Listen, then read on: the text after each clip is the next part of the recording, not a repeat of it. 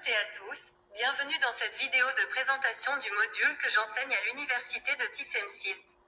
Ce module s'intitule Électricité générale, physique 2. Ce module, qui contient 4 chapitres, est une matière fondamentale du programme de première année. Nous allons maintenant explorer chaque chapitre en détail. Chapitre 1. Électrostatique. Le premier chapitre commence par la définition des objectifs, suivi d'un test d'entrée. Ensuite, nous abordons les différents cours. Notions fondamentales, cours 1, champ électrostatique, cours 2, potentiel électrique, cours 3, flux électrostatique et théorème de Gauss, cours 4, dipôle électrique, cours 5, introduction du chapitre 1. L'électrostatique est l'étude des interactions entre charges électriques maintenues fixes dans un repère immobile. Pour évaluer ces interactions, il est très utile d'introduire le concept de champ.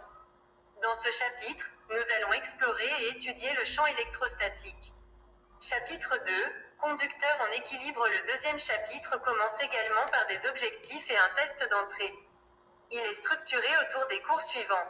Définition et propriétés des conducteurs en équilibre, cours 1, conducteur en équilibre, cours 2, capacité et coefficient d'influence, cours 3, dipôle électrique, cours 4, introduction du chapitre 2. En électricité, un conducteur est un milieu matériel dans lequel certaines charges électriques, dites charges libres, peuvent se déplacer sous l'action d'un champ électrique.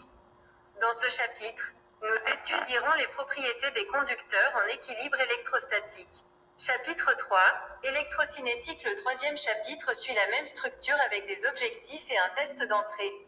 Avant d'aborder les cours suivants, loi d'Ohm et résistance, cours 1, loi de Kirchhoff, cours 2, loi de Thevenin et Sawark, cours 3, introduction du chapitre 3.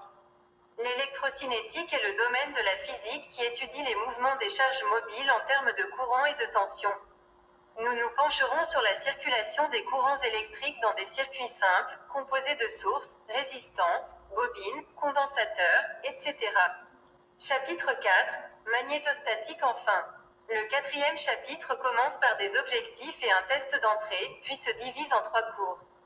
Champ magnétique, cours 1, loi de Biot et Savart, cours 2, force magnétique, Lorentz et Laplace, cours 3, introduction du chapitre 4. Dans le premier chapitre, nous avons étudié l'interaction électrique entre deux corps électrisés. Nous allons maintenant explorer une autre interaction, l'interaction magnétique, qui fait intervenir le champ magnétique.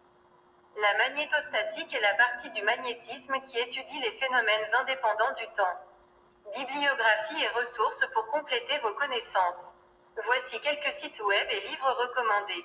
Si vous avez des questions ou souhaitez me contacter, n'hésitez pas à utiliser les informations fournies. Nous arrivons à la fin de cette vidéo.